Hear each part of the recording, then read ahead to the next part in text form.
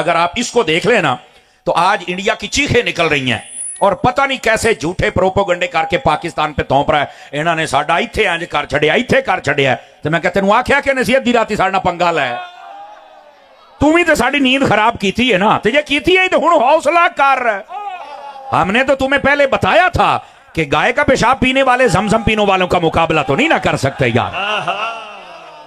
तो तेनू नहीं समझ आई तो हुण चास ले लीए, आगे सुकून। समझ आ रही है ना। और हमारे कई लोग भी थोड़ा जज्बाती हो जाते हैं जी, वो साडी फौज बटैम ना जवाब नहीं पे दिंदी। वो मैंने कहा ये जवाब ना देना, कई बंदे आप देखें ये बात करते हैं, उनको जवाब ना देना भी उनकी मौत होती है कि असी इनू कहा ही नहीं पाया। समझ आई ना। अब देखो हमसे 10 गुना बड़ा मुल्क है पहली बात, और दूसरी बात 7 गुना बड़ी फौज है, ते असी उन्होंने कहा ही नहीं पाया। उन्होंने मौत नहीं भी असी इन्होंने ये कुछ आख्या तेरा सानू समझिया ही कुछ नहीं। ते जे आई ने तो साडे रफील भी लम्बे पाल है। मैंने कहा रफील लेने वाले तुझे पता नहीं हमारी तारीख में अबाबील भी है। नहीं तवज्जो फरमाई आप हज़रात ने। तो इस वास्ते सानू रफीलों के डरावे ना दे, असी अबाबीला वाले आ। फ्रंट सीटों वाले नहीं बोल रहे यार, थोड़ा बोले ना मेरे साथ। तो जो मैं बात समझा रहा हूं इस बात को समझिए आप हज़रात, मेरे अजीज मेरे दोस्त। तो ये जो इंडियन मीडिया है ये प्रोपोगंडे और झूठी खबरें फैला रहा है कि पाकिस्तान ने ये नुकसान कर दिया, ये कर दिया, ये कर दिया। मैं क्या हजे तो साडी वारी आनी है, अजे तो सारे उधार लेने ने, अभी तो हमने कहा ही कुछ नहीं है आपको। ये तो थोड़ा जिहा जेडे तुसीं जहाज उड़ाए सी ना, उन्होंने दसिया भी इन्हां नूं थल्ले लाओ, असी अपने सिर ते चढ़ के किसी नूं नहीं नचण देईदा। समझ आ रही है। तो ये झूठी खबरें फैलाई जा रही हैं। अब जरा आप पढ़े लिखे हजरात है, जरा गौर फरमाइएगा। ये जो झूठी न्यूज है और झूठी खबरें हैं, हालांकि सोशल मीडिया का दौर है, कैमरे का दौर है, जदीद दौर है और तेज दौर है। आपकी तवज्जो नहीं हो रही है, इसलिए मैं आपको कह रहा हूं कि आप मेरी बात सुन लें, आपको फायदा होगा। ये जरा अम्मा जी को साइड पे कर दीजिए, ये महफिल है ना, तो वैसे इनकी खिदमत जरूर कीजिएगा आप जितने हजरात मेरी बात सुन रहे हैं। लेकिन महफिल में इस तरह आना, अम्मा जी ये बात ठीक नहीं, आप जरा साइड पे हो जाए। लेकिन आप जितने करीब करीब खड़े हैं जरूर खिदमत कीजिए। अल्लाह करीम अम्मा जी की और इनके बच्चों की खैर फरमाए और हम सबको अपने खजाना गैब से अल्लाह ताला माला माल फरमा दे। आमीन फरमा दीजिए सारे हजरात। दोस्तान गिरामी इधर देखिए, बताइए रहा हूं कि आज का जदीद दौर है, तेज दौर है, कैमरे का दौर है। हर बंदे को पता है कहां क्या हो रहा है, फिर भी खबरों में इतना झूठ होता है।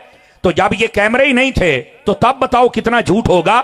इस वास्ते तारीख को देखकर सहाबा और अहले बैत पर इतराज न कर, कुरान पढ़ के देख रब ने इनकी शान कैसे बयान फरमाई है। तो इस वास्ते हाँ, अगला नुक्ता भी, चूंकि मैं अहले सुन्नत का खादिम हूं, नौकर हूं, इस हैसियत से मैं बात अर्ज कर रहा हूं।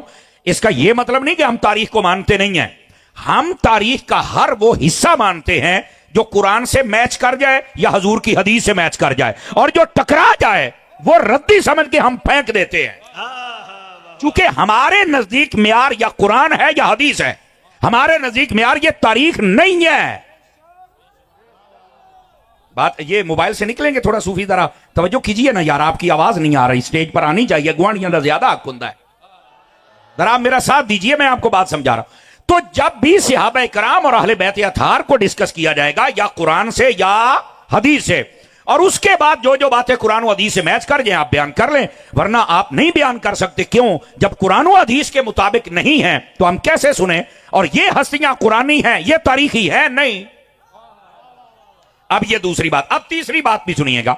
सहाबा कराम और अहले बैत अथहार, आपने मुझे मौजू सहाबा दिया, लेकिन मैं साथ अहले बैत को भी रख रहा हूं ताकि किसी को खारिश ना हो।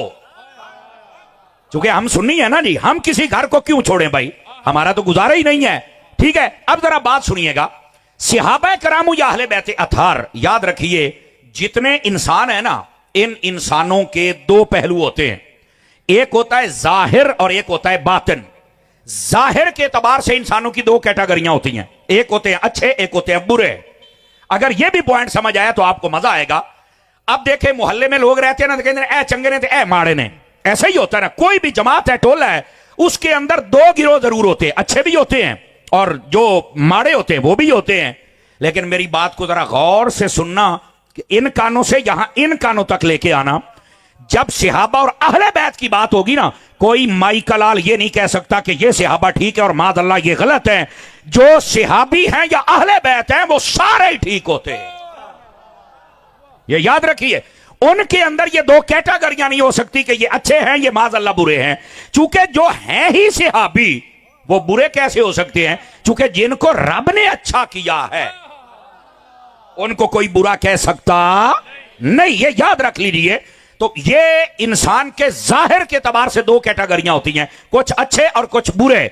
सहाबा कराम की जमात के ये दो हिस्से नहीं हो सकते, अहले बैत की जमात के ये दो हिस्से नहीं हो सकते कि ये अच्छे और ये माज़अल्लाह बुरे। वो सारे के सारे ठीक है। क्यों? अल्लाह रब्बुल इज्जत ने कुरान मजीद में और मेरे महबूब ने अपने फरमान में हर चीज को वाजे कर दिया है।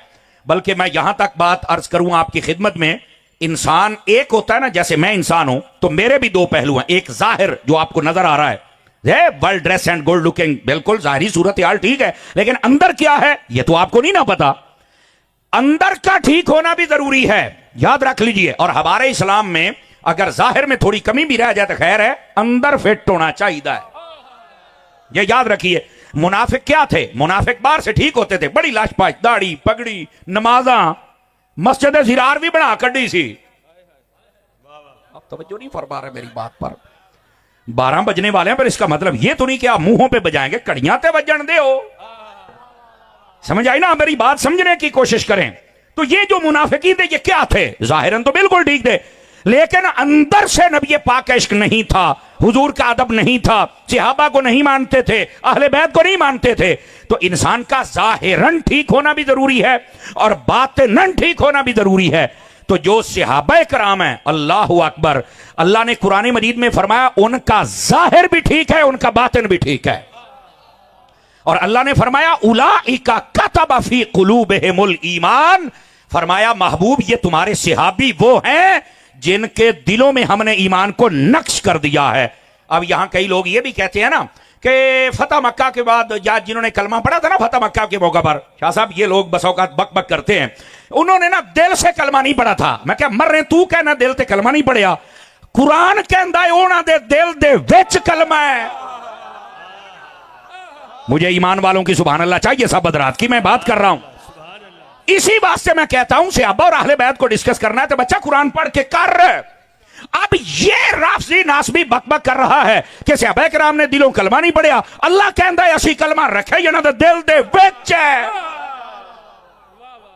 अब बताओ, अब इसकी बात मानी जाएगी या कुरान की? तो आप कहेंगे कुरान की। तो मैंने कहा फिर इन्हू रद्द करे, डूम है, कुरान सच्चा है। अंडरस्टैंड कर रहे मेरी बात को? फर्क आ गया है, नतीजा निकल आया है। इसी बात से बस औकात मुझे कहते हैं तारी साहब तुसी तो गल कर दो स्ट्रेट फॉरवर्ड, ना डर दो ना चुक दो। मैं क्या कुरान चुकन दिंदा ही नहीं। डरन वो जड़े वाकयात बयान कर देने, डरन वो जड़े तरीखा पढ़ देने, आपा तरीखा वाले नहीं, आपा कुरान वाले हैं। कुरान तो चुकन दिंदा ही नहीं।